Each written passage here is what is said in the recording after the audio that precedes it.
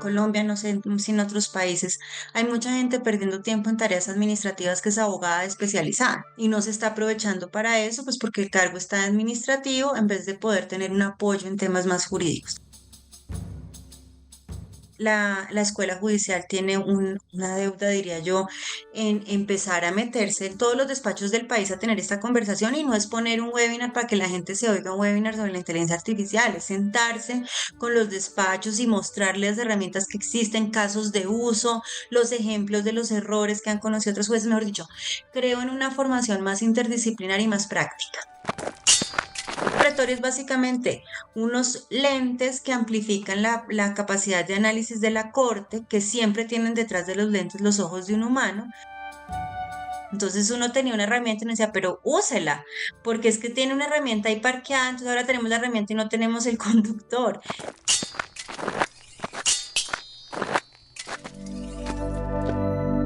Desde los tiempos de la antigua Roma se preguntaron por la justicia y por la necesidad de que una persona asumiera el rol de interpretar la ley, resolviera los asuntos, los conflictos y particularmente aplicara la ley de manera equitativa y justa. Es así como nace el rol del pretor, un personaje que ha mantenido vigencia desde esos años hasta la actualidad. Por supuesto, no estamos hablando del mismo pretor romano, pero hoy por hoy jueces, magistrados y altas cortes a lo largo y ancho del globo tienen la misión de resolver conflictos con base a principios de justicia y equidad. Sin embargo, conforme avanza la tecnología y la inteligencia artificial llega a ser una realidad omniabarcante, pareciera que este rol está siendo amenazado. ¿Por qué? La pregunta es clave. Porque hay voces que comienzan a invocar que la justicia podría llegar a ser sustituida por algoritmos y por tecnología. Y en ese camino, que incluso estaríamos ante un escenario en el que jueces serían simplemente máquinas que determinarían de manera automática y casi instantánea cada uno de los conflictos humanos. La inteligencia artificial llegó para quedarse y esto trae nuevos retos para toda nuestra sociedad.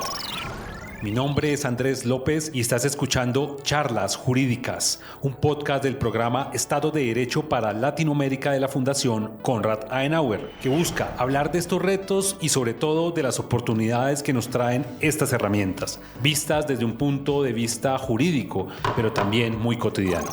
No tenemos todas las respuestas, pero sí muchas preguntas. Quédate y acompáñame en este viaje entre algoritmos y leyes. Episodio número 5. El nuevo pretor de la patria.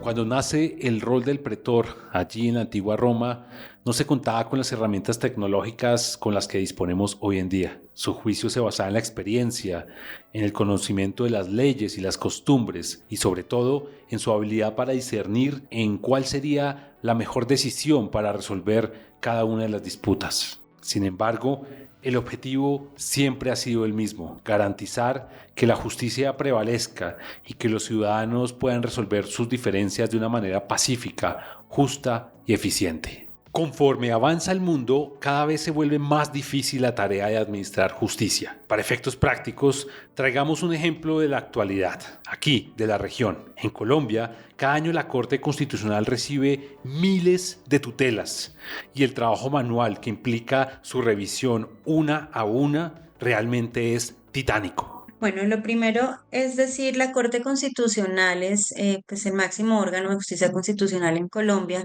al cual le llegan todas las tutelas que se reciben en el país. La tutela es una herramienta que sirve para una acción judicial que sirve para proteger derechos fundamentales, que nació con la Constitución del 91 y que en sus 30 y pico años de existencia pues se ha incrementado de forma muy sustancial. Hoy la tutela es el 30% de los ingresos de los jueces. Es muy voluminosa, son casi 700.000 casos los que llegan al año de tutela. Todos los jueces del país pueden recibir tutela. tutelas y todas las tutelas que fallan van a la Corte Constitucional para que la Corte mire si quedaron bien falladas. Entonces la Corte puede escoger un caso por eso, o puede escoger un caso porque el juez se equivocó y no aplicó el precedente que ya había dicho, o puede escoger casos que le parezcan interesantes porque tienen vacíos, digamos, sobre la posición del Tribunal Constitucional. O sea, es una facultad discrecional, pero de todas esas tutelas la Corte puede escoger al año, digamos, 300, 400 tutelas hoy en día. Para saber cuáles escogen, pues si cuáles casos son de interés y que no sé, pues si que uno quiere que los jueces corregir a los jueces que se equivocaron, pues hacer esa labor solo, digamos, o sin tecnología es muy difícil. Así lo explica nuestra invitada del día de hoy. Ella se llama Ana María Ramos Serrano. Es una abogada e ingeniera industrial especializada en gestión pública e instituciones administrativas y quien ha trabajado de manera muy cercana en la implementación de herramientas tecnológicas y de inteligencia artificial en el sistema judicial colombiano.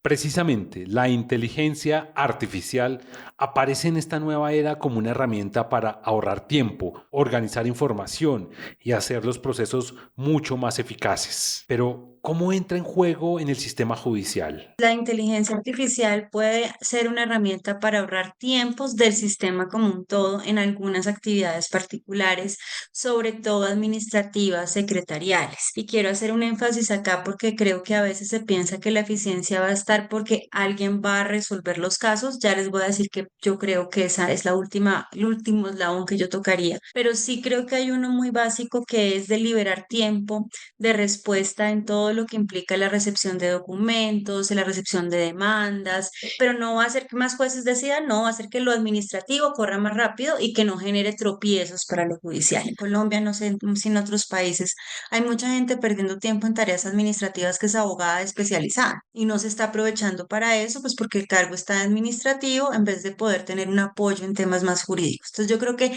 el rédito puede estar más en eso, en una eficiencia administrativa, en perder tiempo en esas cosas operativas y en ganar, digamos, ese personal para otras cosas más de fondo. Creo que imagino lo que están pensando. Así como en industrias tales como de creatividad y de trabajos corporativos, se siente desde ya la amenaza latente de que la inteligencia artificial podría llegar a reemplazar el trabajo humano. Pues asimismo, muchas personas nos cuestionamos si pasará algo semejante en materia judicial. La buena noticia es que hasta el momento no existe un sistema tan completo, tan avanzado y sofisticado que pueda reemplazar a un juez. Yo creo que en eso, pues soy conservadora porque creo primero que hay muchos ámbitos menos riesgosos por donde empezar a probar y a innovar y arriesgarse, pero arriesgarse como controladamente. Tomar una decisión, digamos, a través de herramientas que pueden tener sesgos, que se pueden equivocar, que no pueden ver el detalle, que se les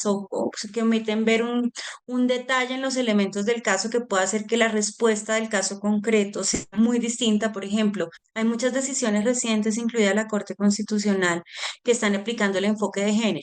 Y en casos que parecía que uno podría decir que son a formato porque son, sí, la decisión es, este es el caso y usted lo decide ahí, las cortes están parando y diciendo un momento, acá viéndolo desde una perspectiva de género, la decisión tiene que ser distinta. Entonces, eso no lo veo una herramienta, digamos, que hace todo como macro y con volumen y que no es fiable. Pero yo creo que la inteligencia artificial, y hago esta analogía pues con el derecho y con la justicia, que se aplique, por ejemplo, para que un carro ande solo, los carros automáticos, pero en los que usted vaya con los ojos cerrados o dormido y que anden solo por las calles todavía no existen, porque el riesgo es muy alto.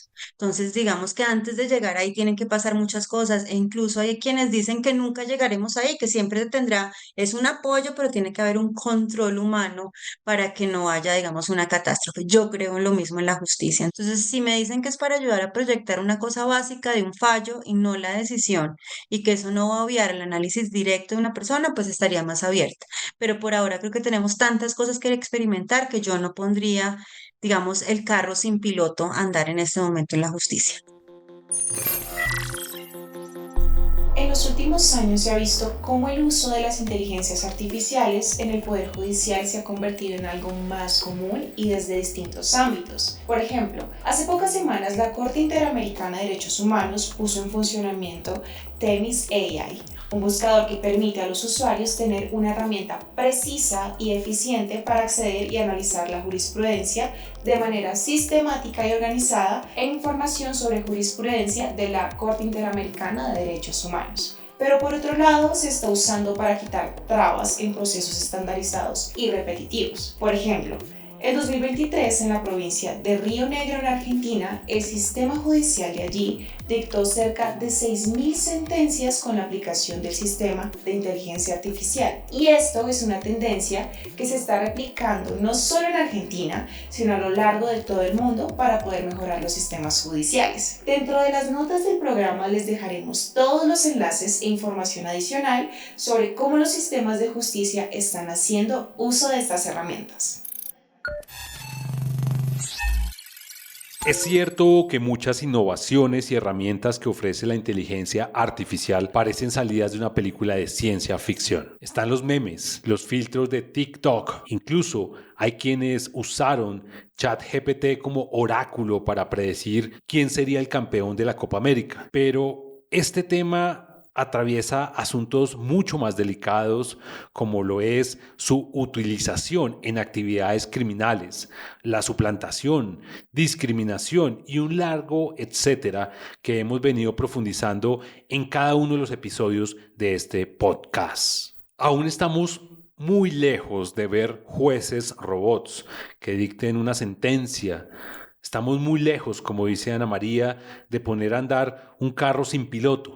Pero entonces se abre ante nosotros el desafío de formarnos en el tema, tanto desde la academia como los profesionales e investigadores. Tenemos el reto de aprender sobre estas herramientas y particularmente de cómo darles el mejor uso para que se cumplan los propósitos de la justicia. Entonces yo creo que tenemos el desafío que pues es uno que tiene que asumir la rama judicial y pues la academia, que es que las personas pues sepan cómo se usan estas herramientas, qué riesgos tienen, para qué les pueden servir y para qué no. Yo creo que ese es un tema de formación y de conversación pues ya con nuestros jueces y con nuestros empleados. Pero en medio de todos no es paralizarse, yo creo que hay que innovar, hay que probar y hay que hacer pilotos y hay que escoger cuál es cuáles son esos proyectos que más nos sirven y en los cuales nos sentimos tranquilos trabajando como rama judicial. La escuela judicial tiene una deuda, diría yo, en empezar a meterse en todos los despachos del país a tener esta conversación, y no es poner un webinar para que la gente se oiga un webinar sobre la inteligencia artificial, es sentarse con los despachos y mostrarles las herramientas que existen, casos de uso, los ejemplos de los errores que han conocido otros jueces. Mejor dicho, creo en una formación más interdisciplinar y más práctica. Este año, bajo el liderazgo de la presidenta actual del Consejo Superior de la Judicatura, se empezó, por ejemplo, un curso en el que se inscribieron más de 1.000 personas de la rama judicial sobre inteligencia artificial, como una especie como de diplomado liderado por el Consejo y la escuela, en la cual pues la idea era un poco mostrar cómo se hace la inteligencia artificial y que esto no es magia, y cuáles son los pasos que hay, digamos, y los riesgos que hay en estos usos. Yo creo que estamos crudos, pero eso me parece un muy buen paso. Los temas de tecnología suelen escucharse como utópicos y futuristas, pero lo cierto es que es una revolución que está sucediendo aquí y ahora. No podemos cerrar los ojos y esperar que una herramienta mágica venga a resolver todos los problemas relacionados con el hacer justicia. Por eso la consigna es clara. Hay que aprender a usar estas tecnologías frente a los dilemas actuales. Pues a mí a veces me impresiona que digan, que oigo en foros y eso, personas no tan metidas como en la tecnología, más en el derecho, diciendo, no, es que estamos esperando la herramienta que nos ayude a proyectar estos fallos y nos liberen de esta carga de trabajo. Y yo digo, pero o sea, esto es un proceso primero que tiene un montón de matemáticas, falsos positivos, falsos negativos, errores.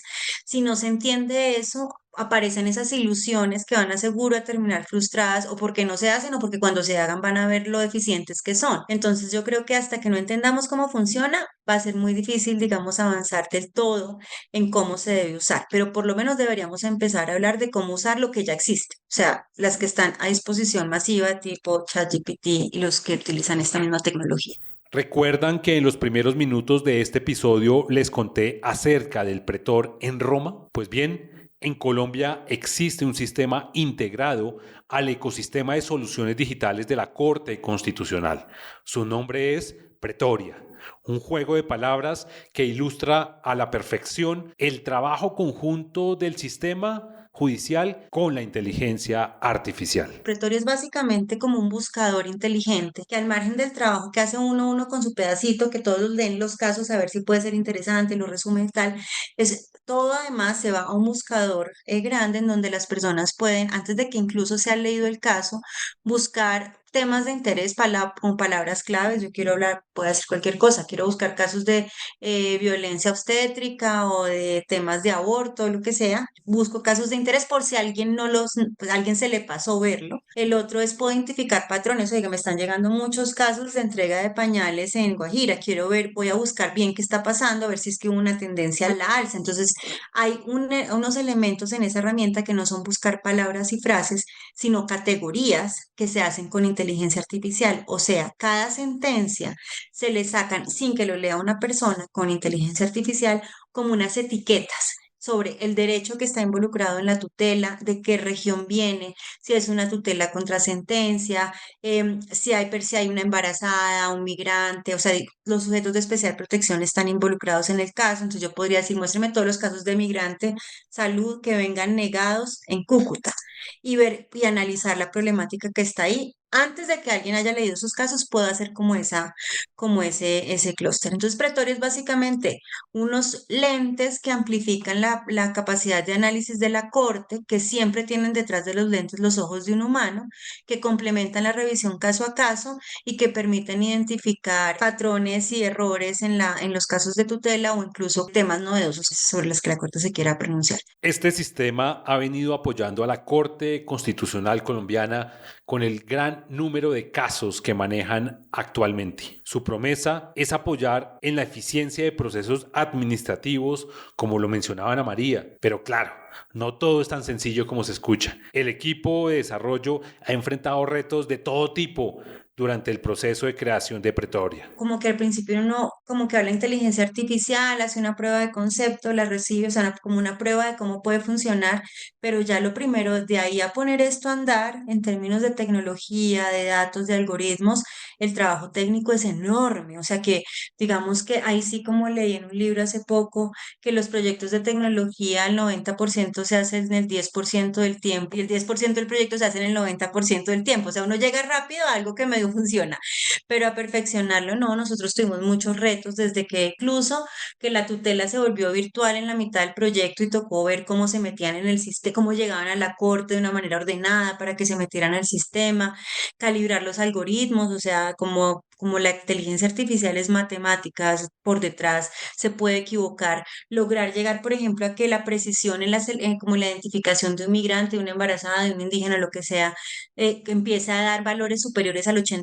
Esas son las científicas de datos detrás hasta que llega un indicador para que, pues porque si le pongo una herramienta que siempre me pone un migrante cuando no es migrante o al revés, pues la gente no la va a usar. Entonces yo creo que el reto técnico fue enorme. El otro reto fue, después de hacer todo esto, de poderla dejar